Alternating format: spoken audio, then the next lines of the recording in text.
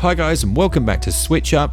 As promised, we have a couple of videos coming up for you guys, and we know you're going to like this one. So today we're going to be looking at some hidden gems on the Eshop. These are games that Glen and I both have played and enjoyed, and that we know haven't really been given the recognition they deserve. Yeah, cheers Mark. Quick bit of housekeeping before we start. We've had a couple of new Patreons this week, so thank you very much to you. Your names are on the screen as I speak. Thank you to all of our existing Patreons as well. Okay, let's get started.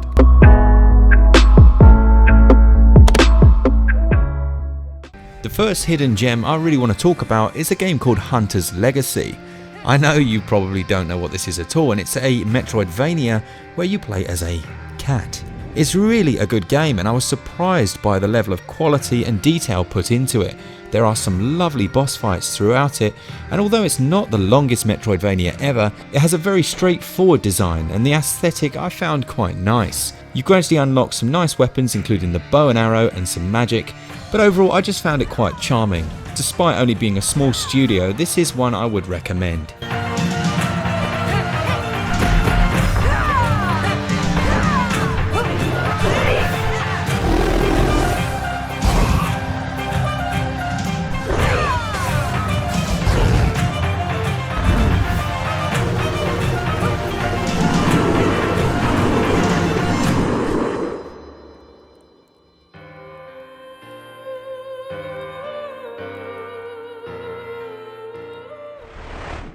Lovely, right, my first pick is Tesla vs Lovecraft.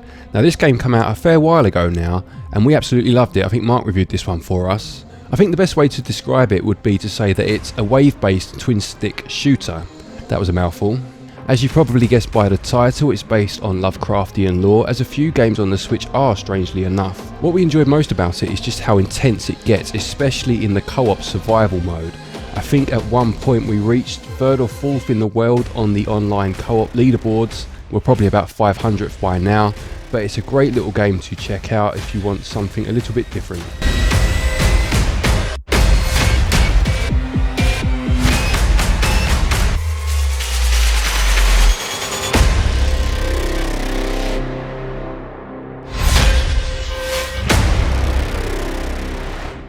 Yeah, Tesla vs Lovecraft is a great game. Next up we have a game called Armello. Now I really wanted to get a review of this one out, but unfortunately we just didn't have the time. It reminds me a lot of the game Black and White by the notorious Peter Molyneux, and basically sees you controlling 3 different factions to overthrow the king.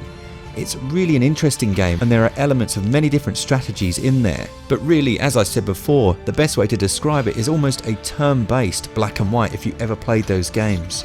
There's a lot of content and a story that runs through the whole experience. A really interesting and definitely unique game on the Nintendo Switch.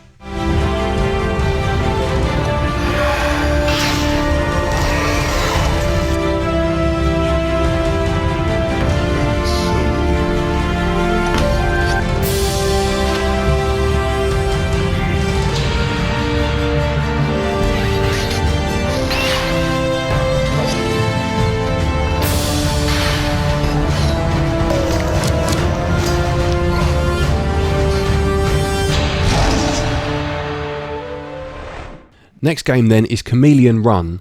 Now there's quite a few endless runners on the Switch so far, this obviously being one of them, but this one's actually a lot of fun. So the main idea is obviously you have to complete the level without dying, otherwise you go back to the start, but you have to switch between 2 different colours, being pink and orange, depending on which platform you're about to land on. As well as this, there are also collectibles to try and get as you go through the level, and this adds a lot of replayability to the game.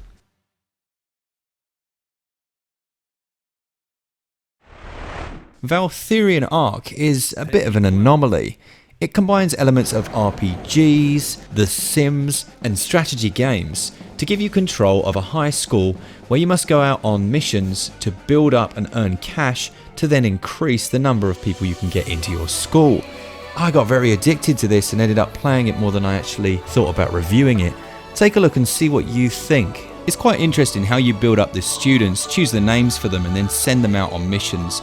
And if you lose one, it can be quite upsetting. But it's nice when they eventually graduate and you get your new batch in, and at that stage you can usually afford some nice upgrades.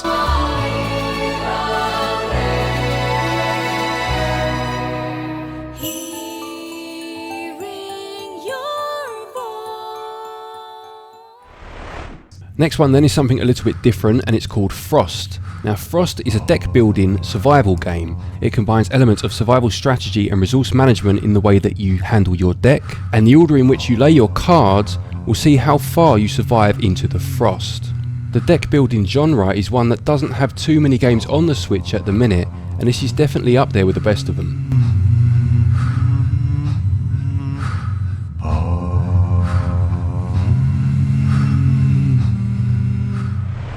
This next game was actually recommended by one of you guys, I can't remember who, but it's Ghost 1.0.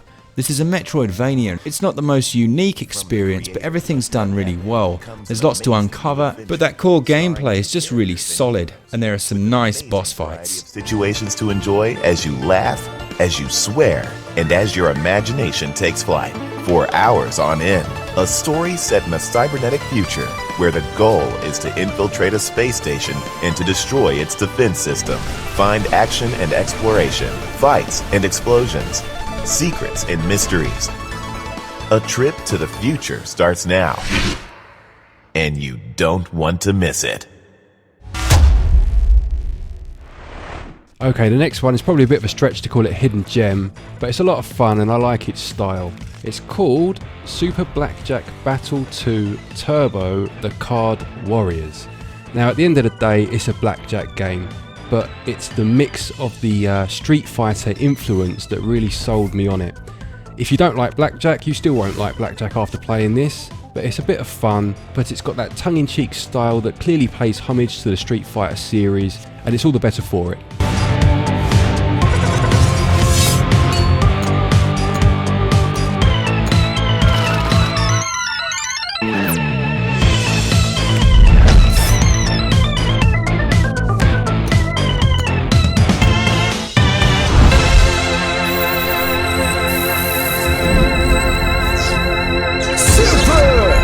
Blackjack Battle 2!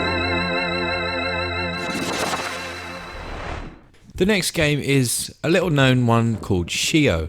It's very much like Super Meat Boy in terms of gameplay, but it has a really nice story in the background and plays out over several cutscenes. It's essentially the story of an estranged father and tells the tale of the impact that has on the family.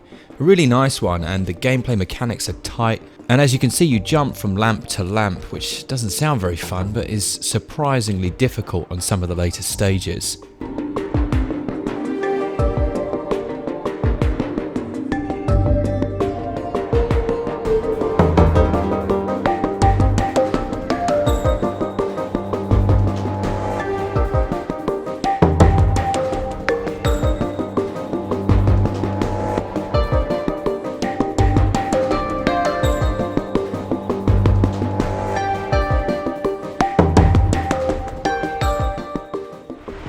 My last one is a beat 'em up game called Slaps and Beans. Now this is based on the comedy duo Bud Spencer and Terence Hill. I'll be honest with you, the work of these two gentlemen hasn't really come over to the UK, so I don't know a lot about them, but I know a good game when I see one, and this one definitely is that. As I said, it's a beat 'em up with a lovely 16-bit art style, and it has some crazy mini games thrown in for good measure too. It really is a lot of fun. Very solid too, a good beat 'em up.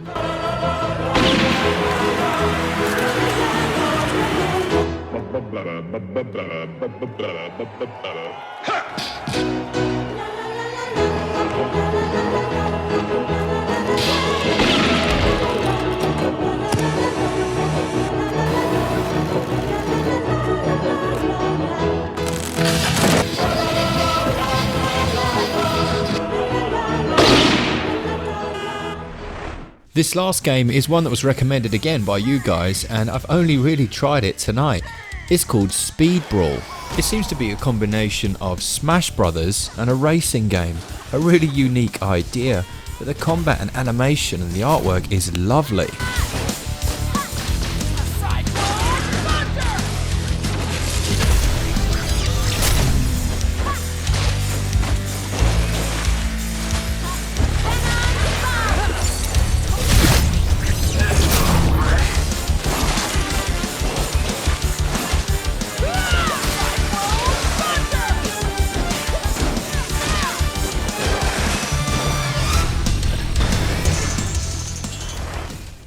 Now we know that you guys probably have a handful of games you want to suggest as well. Please pop them down below to share them with the rest of the SwitchUp. Thanks so much as always for watching, for leaving comments down below, and just generally staying engaged on the channel. Remember, we give away a free Nintendo Switch game each and every month, well at least, and we'll be giving a few mysterious codes over the next few days. Yeah, we're looking forward to reading the games that you suggest, and we'll try a few out in the near future. But for now, and as always, happy gaming. Nice one. For all things Switch all the time, keep it SwitchUp. Cheers guys, see ya!